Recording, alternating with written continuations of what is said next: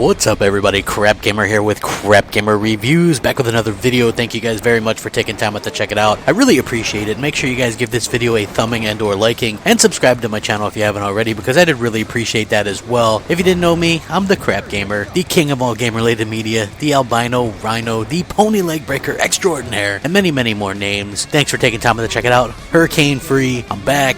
Doing some videos a little bit closer to the actual release dates. There was a couple days there where I didn't really do anything new because, again, hurricane coming down and things like that, and I got things to take care of. But I figured I would go back and do a video and talk a little bit about this awesome article that I saw about Sony's PS4's first-party games and the lack of exclusive games being able to make it out on time. And I think it's about damn time that somebody actually come out and said this. And I think the media agenda could be switching around a little bit, although this article, which I will link in the description, does tend to actually go in a bit and kind of suck up to Sony, I guess would be the way to put it. But it does get around to pointing out all the delays, like just what I've been saying. Every single AAA exclusive from Sony has been delayed so far, and this is what it comes down to as well. It says, and I'm going to quote this: I think this comes down to a different, larger issue that I pointed out earlier this year around E3. Sony has a tendency to announce things way before time in an effort to please their audience and quote-unquote win with them. They announce cool-looking games that are very early in development and obviously nowhere near release. Then those games either take years to come out or they end up missing the release date that they were set for them. In both cases, they're discontent generated.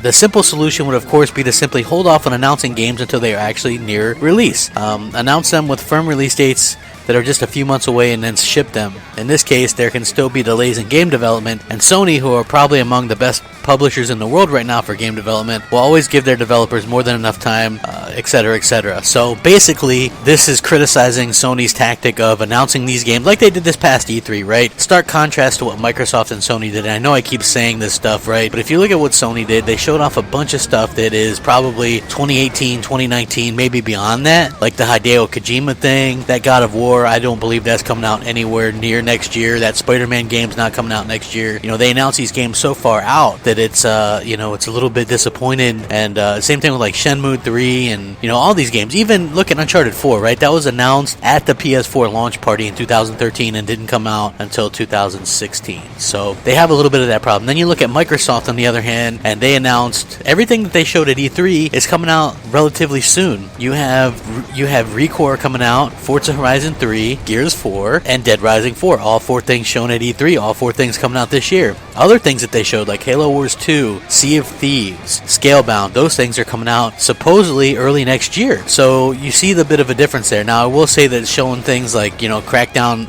way early like they did or whatever, they're not totally blame free as far as showing things a little bit too early. But Microsoft has got all their big titles, their franchises out on a regular basis on time. There's been a couple delays here or there, sometimes just because they have too many games on the back end of the year. But I think that Microsoft has done a much better job at getting their games out on time and getting these things announced in a decent amount of time. Like, look at this. Sunset Overdrive got announced 2013 at E3, came out in 2014. ReCore, got announced last year at E3, and it's coming out this year. That's the way I prefer it. I don't want to sit there and go, oh, well, this game was announced here, so let me take a look at this, and it's going to come out whenever. You know what I mean? Get solid release dates, and then release the games. Yes, delays happen, I understand that, but it seems like Sony can't stop it from happening. They keep delaying, and it gets to be old hat. Just as a gamer, it's frustrating. So, let me know what you guys think. Are you guys in the same boat as me? Sound off, comment, rate, subscribe, rack 'em up. Thanks for watching. Crapgamer out.